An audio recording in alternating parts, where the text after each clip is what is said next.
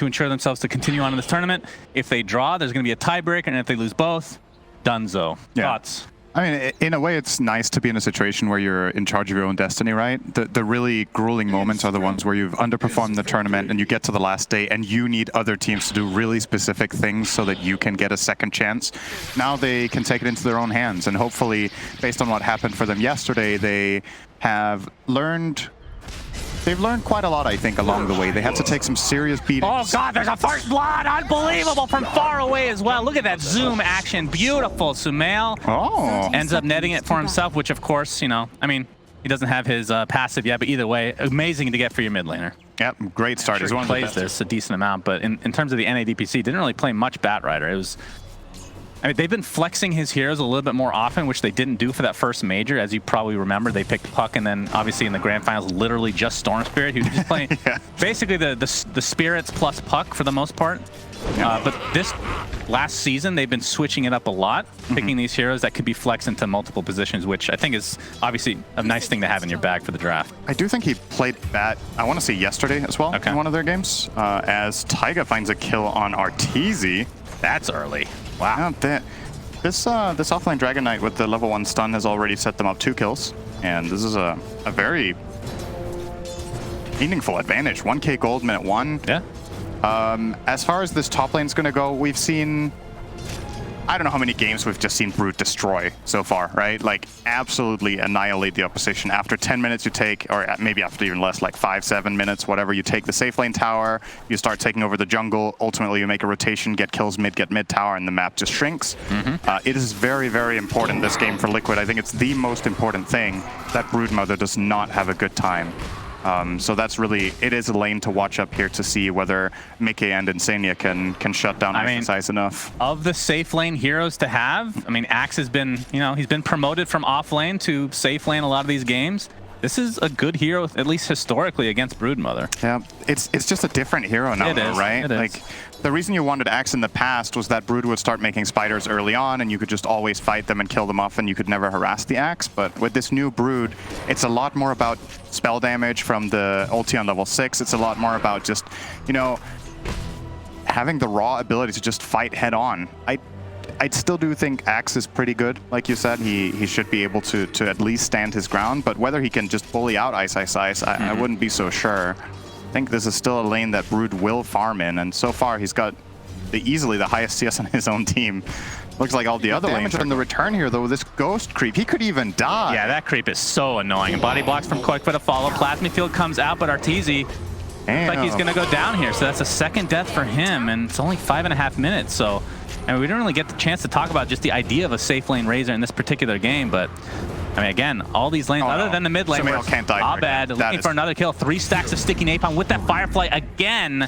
So despite getting off to a bit of a rough start, that's 2 kills in a row onto Sumail. And now the Acorn shot top with the right clicks of ICEICEICE, but the Berserker's Call is going to keep him alive a little bit longer with the extra armor, but it's not to be.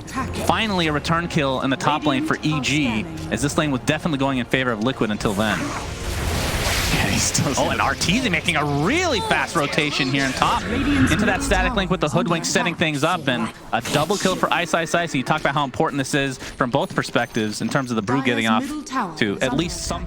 Gonna decimate this tower. I'm not sure if they can get the full. It's gonna get to at least about half HP. Flies level 6. Is under attack. That is very true. That is a problem for Sumail, who's going to die now. Look at Sumail! In that tower himself right now. That is another death requiem for Sumail. That's 3 deaths for him already at the 9-minute mark. Not something you're used to seeing for him.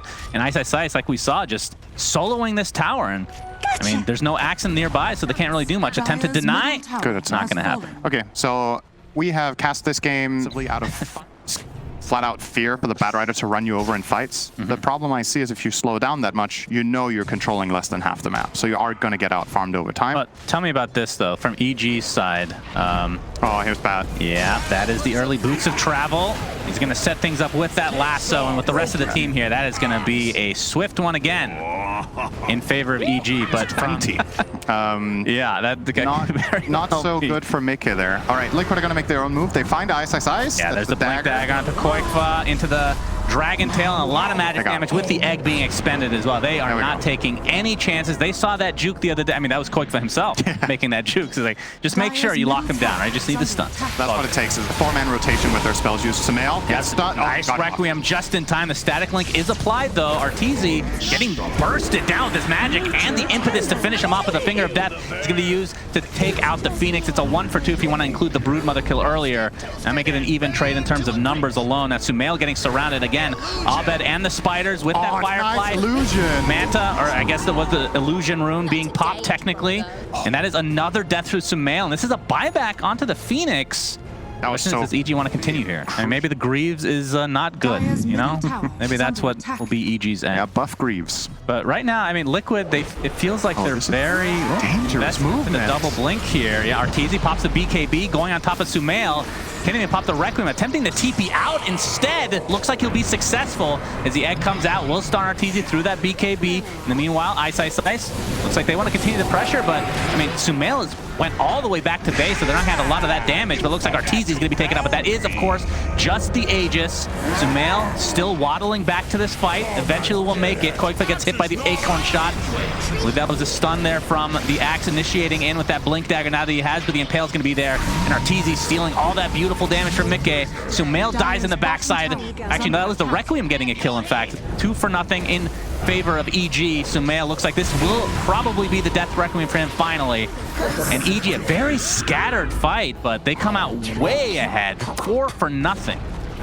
If you think about how Batrider and Brood work as heroes, right, this is the kind of fights they want. They have all the terrain advantage in every fight over heroes like Shadow Fiend and Dragon Knight, a great one, and then he died straight after. I mean, they're just struggling, I mean, for the most part with damage. I mean, we talked about how Sumail has died a bunch of times. That makes sense, but then you're position 1. It just feels like you're an off in this game. Arteezy pops the BKB just in time, dealing some damage from Sumail. The Requiem coming out, but the lasso cancels it. The egg is about to pop, though. It's going to be close. Sumail staying alive for now into the Requiem. This is exactly what they needed. They get the kill on Abed. Arteezy looks to be next.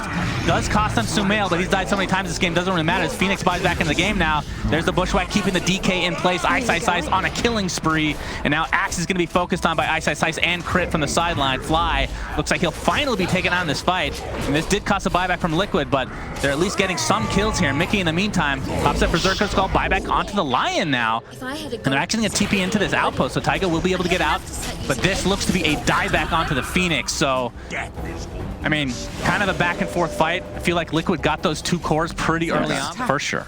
Okay. Making that up, but I'm pretty sure I'm right. Yeah, I'm also making up that it hasn't won, so we're good. All right, we cancel each other out. Very nice. Mickey, the smoke. It is popped. Looks like they have the vision there, but as the initiation, again, this is from EG's side, bringing Mickey to the high ground, trying to get healed by Insania, but just gets bursted down. Very quick kill for EG and no buyback for Mickey, so Taiga has to get the hell out, but they're going to focus their pressure onto Sumail. Bushwhack does miss, but Sumail pops the BKB, trying to go for the Requiem. Ends up dying shortly after, though. So 2 for nothing, and this is where the building damage comes in. And again, Roshan, another minute and a half, so we'll see how much damage they can do to these buildings in the meantime. I mean, that again, that's kind of the issue of the game in a nutshell, right? You have the initiation on Liquid, and EG is the one initiating. Yeah. Right? They have the high ground position. They have the heroes that can break smoke at literally any corner. Both Batrider and the Broodmother are extremely difficult heroes to smoke into. Didn't really know what to do when the smoke broke, gets blink lassoed, and it's one of those things that makes a last pick Batrider so strong to me is when you have, oh boy, yeah, we have a KYIV problem here. Yep, that's a lot of FPS problems too, but it's not going to matter for EG as they're going to take him out instantly. But there's the initiation from Mickey onto a bunch of spiders, but look at that hoodwink freaking stun, man. Jesus, that hero is actually insane this game, Sinner. I'm not just saying that.